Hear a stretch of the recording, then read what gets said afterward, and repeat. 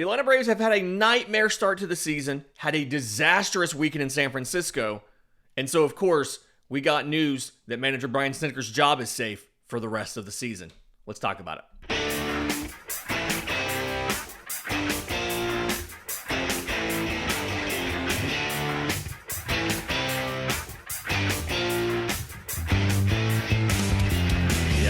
Into Braves Today for Monday, June 9th, your source of news, notes, and updates on your Atlanta Braves. I'm your host, Lindsey Crosby. You can follow me on social media at Crosby Baseball. You can follow the show on X, Braves_today. We have a Facebook page and an Instagram as well. And you can find all my written work, bravestoday.com. That's the Braves Today Substack, as this is both a podcast and a newsletter. I want to get to just how absurd the weekend was and how many ridiculous ways the Braves have lost this year. I want to get to whatever happened with Craig Kimbrel over the weekend, because that was weird. And some of the other roster moves that are both coming or have already happened in the minors and things like that. But first, we've got to talk about the San Francisco series and Brian Snitker. And I'm not going to break down what happened in all three games, right? There's no point in just relitigating all of the specifics as to what happened here and breaking down the situations. But I do think it goes without much explanation that this weekend as a whole was a microcosm of everything that has gone wrong for the Atlanta Braves this year. Because the Braves had a lead in all three games. The Braves, and two of those leads, obviously, in the ninth inning, and they get walked off. The Braves now have 5 consecutive one-run losses, and they are 9-19 in that regard. It's still a positive run differential. The expected win-loss is exactly at 500, but it is a 10 games below 500 because they are 9-19 in one-run games. And when you look at how the weekend unfolded, again, this weekend shows you exactly what is wrong with the Atlanta Braves. You get to Friday, okay? You have a one-run lead as you enter the ninth. You are not using Raisel Iglesias as closer. He's unavailable for, I think they said 2 days. He was unavailable. They go to Pierce Johnson. And passed ball for a run. Braves lose. You go to Saturday. 2-run home run in the ninth off of a hanging Pierce Johnson curveball. Braves lose.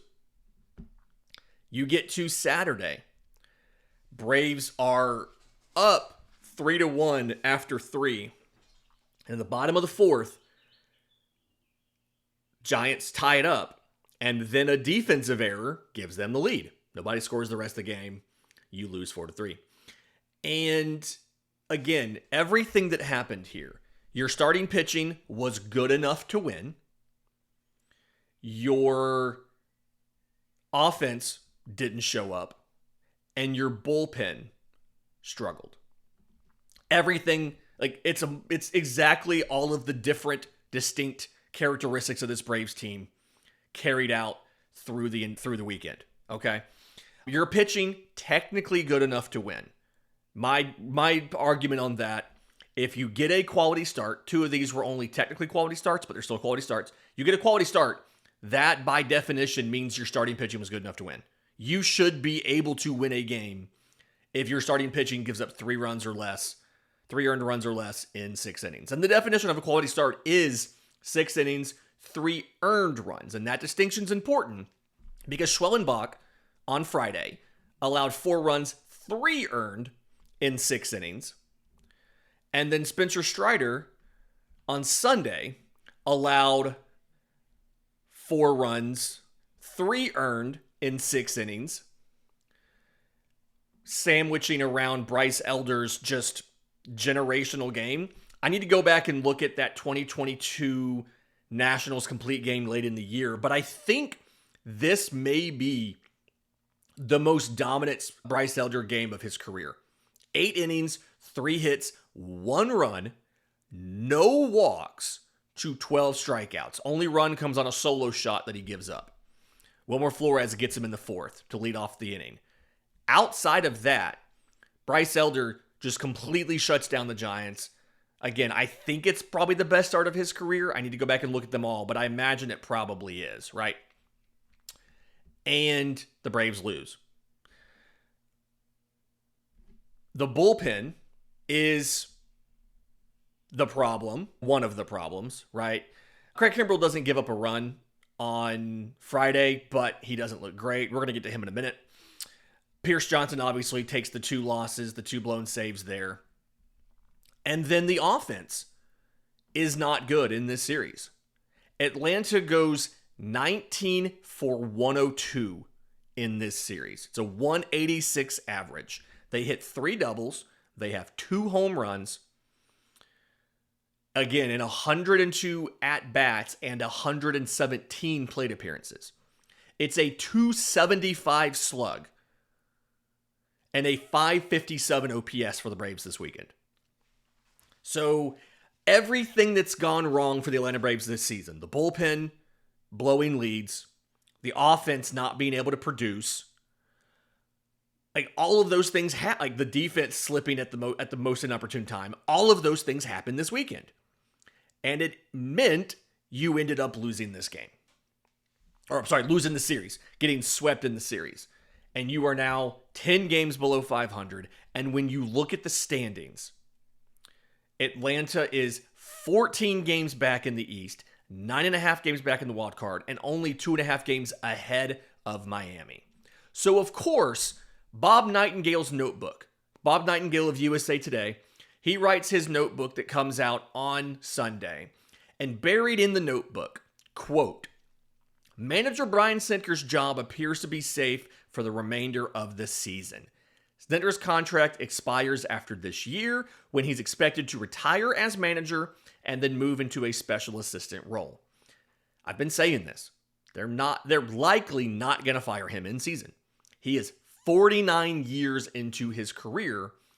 They are going to let him finish the season and let him do, again, the special assistant role would give him a position in the organization to hit 50 years with the Atlanta Braves.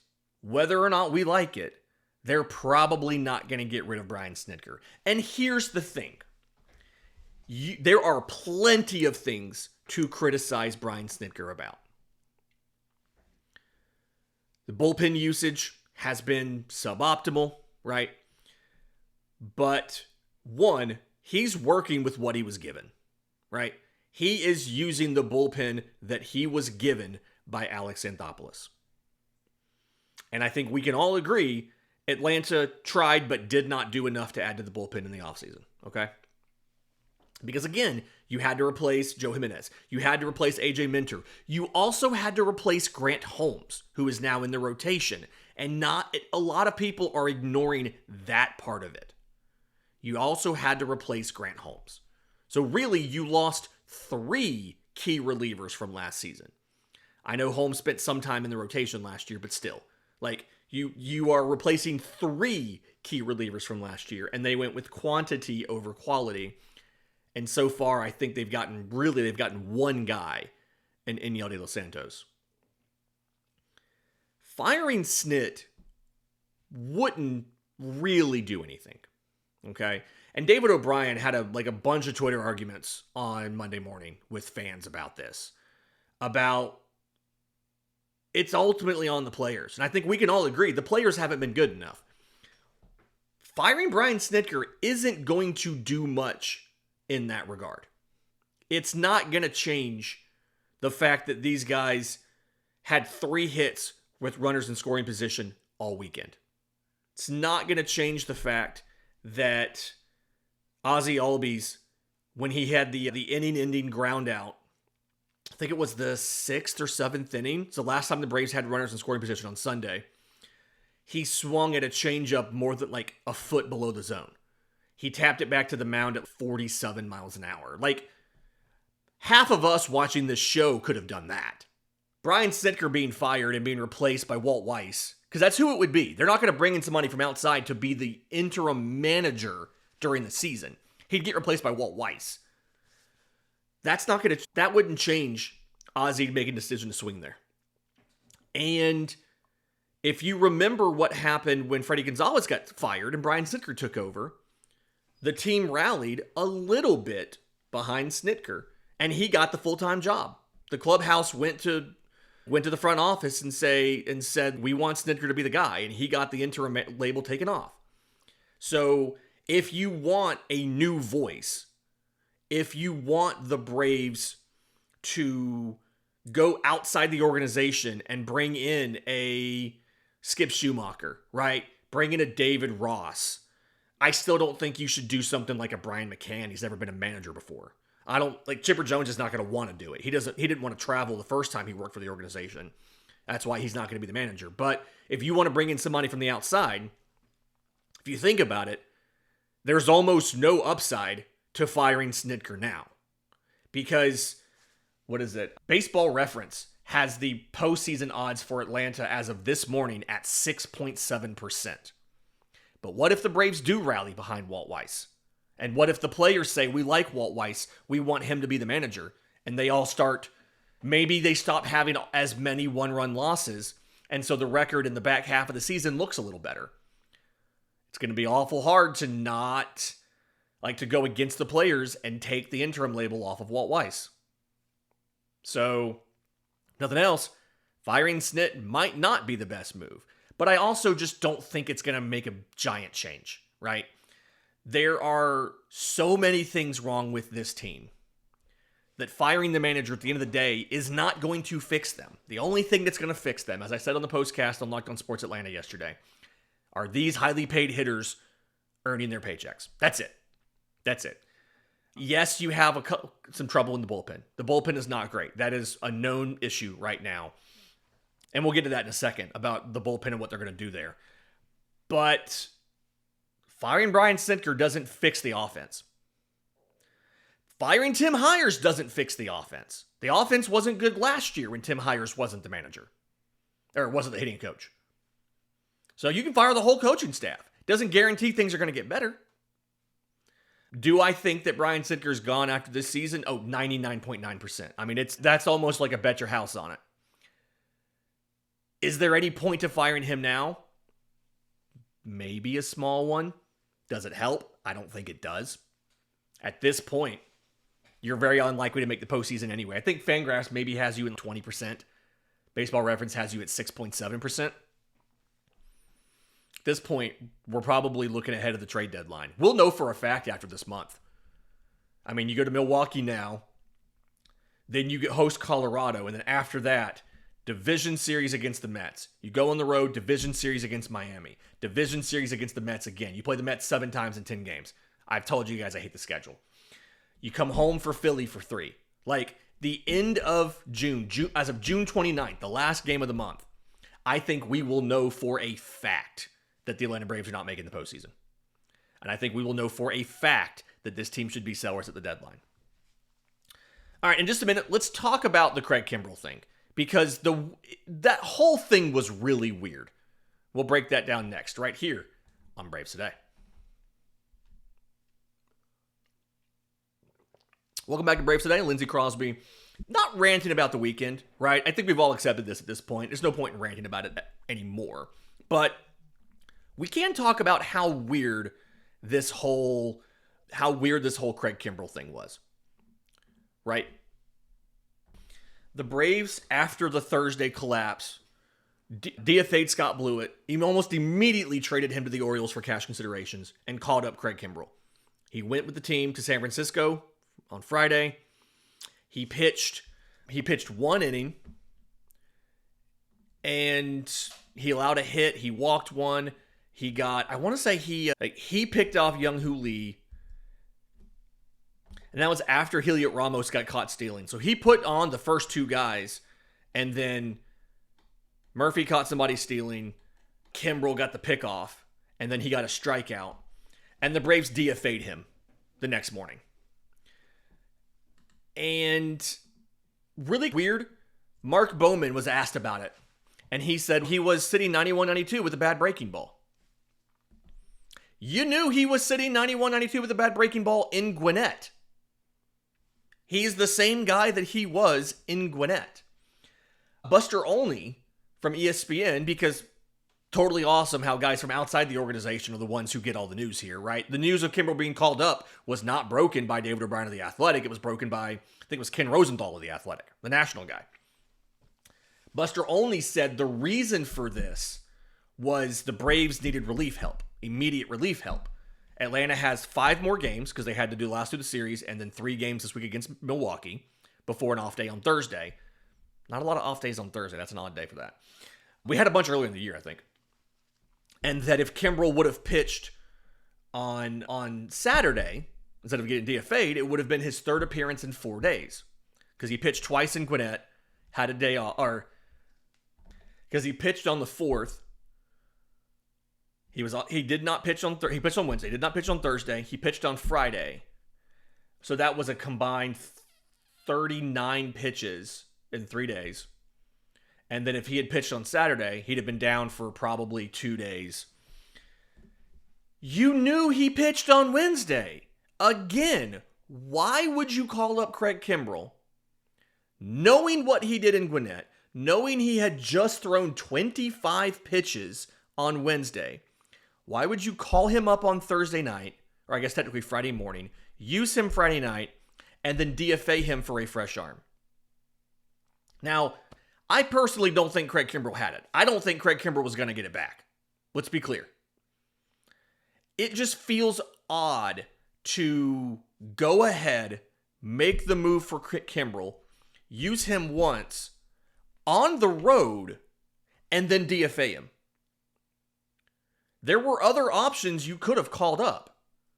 Like the move that they made when they called up Austin Cox on Saturday, he was on the taxi squad. He was right there.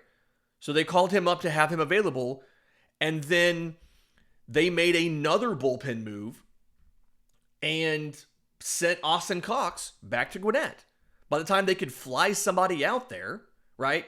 In this case, it was Jose Ruiz. They claimed off of waivers from the Phillies. Jose Ruiz is not very good. I don't know why they did that. They optioned Austin Cox back to the minors when Jose Ruiz joined the team in San Francisco.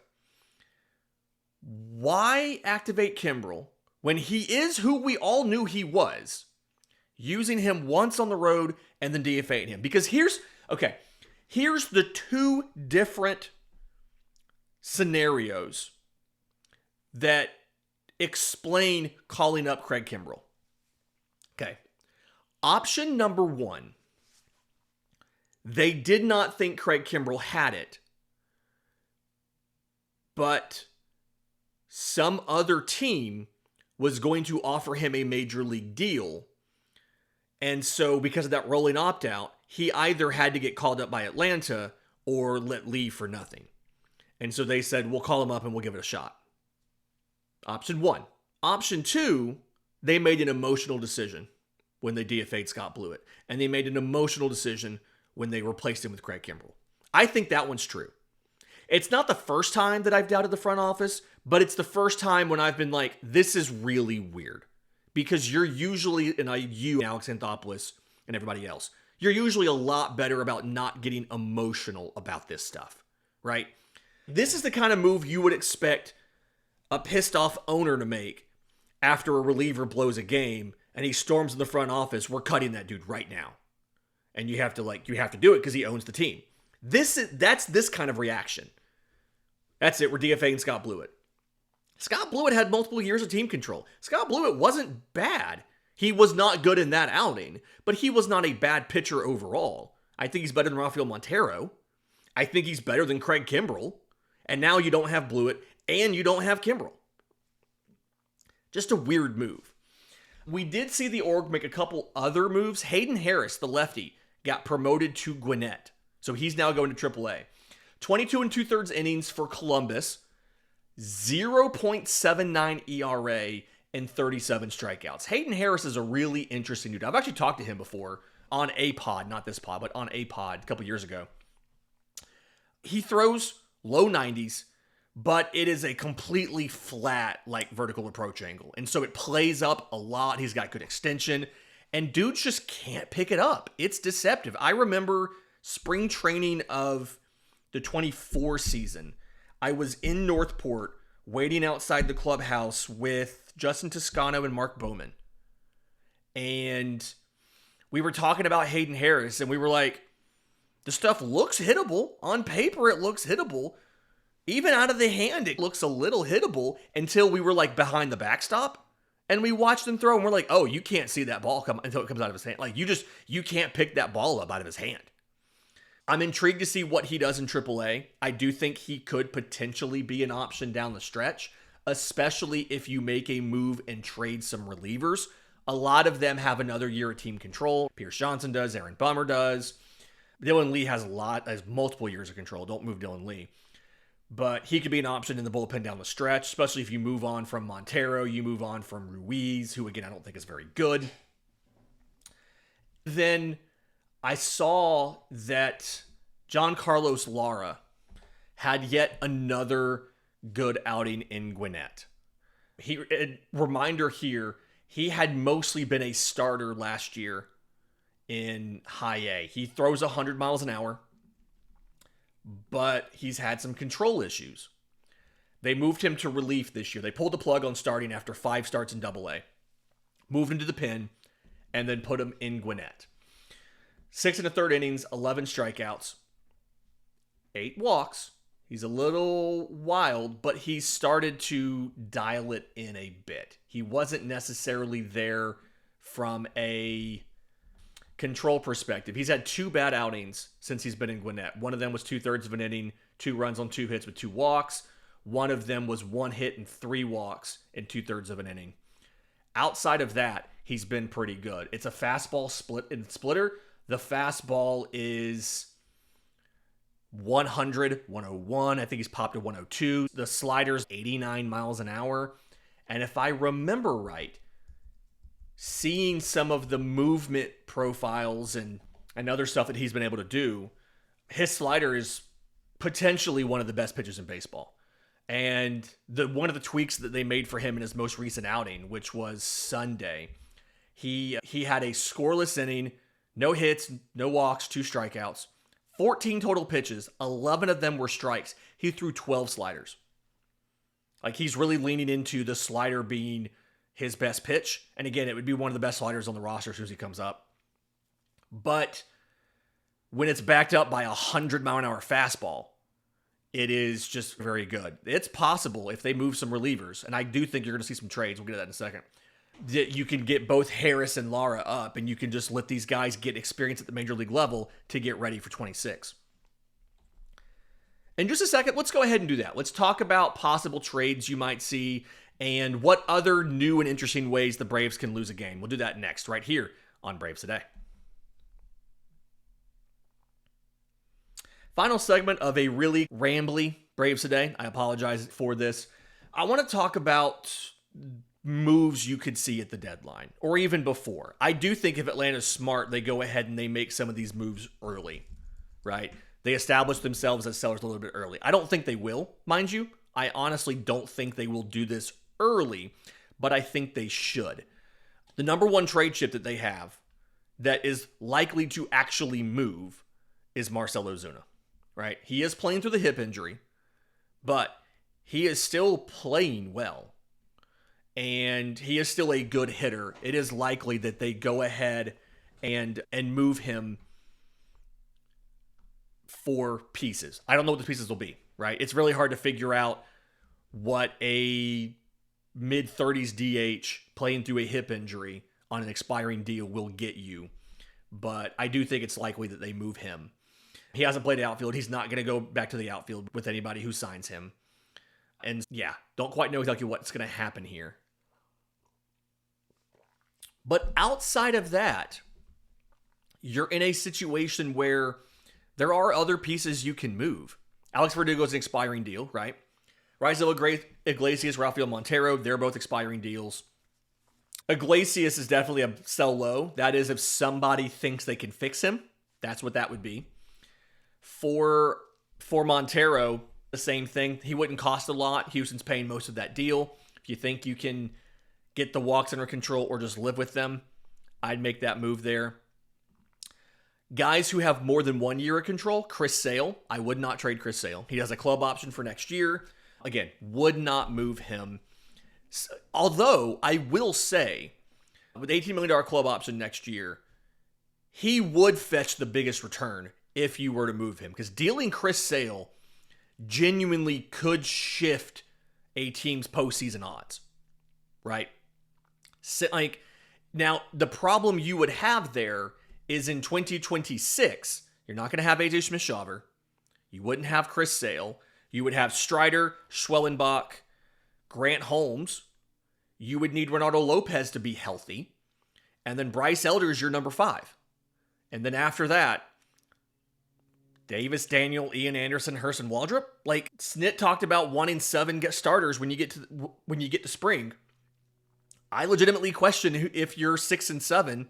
I guess Daniel and Anderson would be MLB caliber. Ian Anderson wasn't the last time he pitched in the majors. So it does create a hole in your team next year, and you probably would need to fill that hole via free agency. And I think at this point, we're all a little hesitant to assume the team would do that. So I'm probably not moving Chris Sale if it's me. I'm keeping him around for another year. Because again, Schwellenbach, Strider, Sale, top of your rotation is not a bad rotation. Holmes, Lopez, Elder as your 4, 5, 6. And then you have the options of Waldrop, Daniel, Anderson, whatever cheap minor league guy you grab, plus promotions of prospects. You can see a rotation there. That's the top half is still pretty good. The bottom half's not that bad. And you've got some depth. You can see something there. But relievers, Pierce Johnson, right? Hopefully he rebuilds his value by not blowing some more saves. You move on from him. Aaron Bummer could be traded. A lot of Braves fans don't like Aaron Bummer. Aaron Bummer legitimately does have value. He is very good at inducing ground balls. It's not always his fault the Braves defense doesn't stop them from getting through and make the plays. His fielded independent pitching is always significantly lower than his ERA. His expected ERA is always lower than his ERA because a guy like that is very heavily contingent on his defense making the plays for him because he's getting the ground balls. That's his job, is to get ground balls. He gets the ground balls. I think last year he had 2 barrels the entire season. 2. And I want to say the first one didn't happen until August, and the second one happened in September. He gave up, was a Sam Hilliard line drive in Colorado, I want to say in August. And then Kyle Schwarber got him, I think, in September. And that's it for barrels the entire year last year for Aaron Bummer. So there's moves you can make. I don't think Jurickson Profar is on the move. I do think you'll get some news about him this week. You're getting to the point. He's eligible to return. I was checking this out last night. He's eligible to return on the 29th. And I was talking to some people about this. He is able to start doing rehab work a couple weeks before. I've been told he's been in Florida working out at the facility. Him and Nacho Alvarez have been working together. And so it is possible, maybe it's next week, but it's possible that you can see Jurickson Profar get a rehab stint before he's eligible to come back to Atlanta. And honestly, at this point, with what Alex Verdugo's done, with what Eli White has done, it's entirely likely that Profar goes back to being the starting left fielder when he comes back. Because no, he's not eligible for the postseason. You're not going to make it. Again, I mentioned it. Very low likelihood of being a postseason team, according to most of the projection systems. I think the best I've seen is 1-5. And I think we all feel like that ship has sailed. Could you see a scenario where if Atlanta didn't have the extraordinarily bad luck in the 9th inning and the offense was a little bit better, how they have a 500 record or close to it and could make a run? Yes. Do I think the hole right now, being 10 games below 500 and what I say earlier, 13, 14 back, do I think that hole is too big? Yes. So not a postseason team, which means you can give younger guys runway, right? Bryce Elder should be up the rest of the year. You might try some of these. Davis Daniel might get some run in the majors just to see what he can do, right? That's a situation where I am and what I think we're probably going to end up doing. We are back tomorrow with this Milwaukee series. Hopefully we're talking about a win tomorrow. We'll see what happens.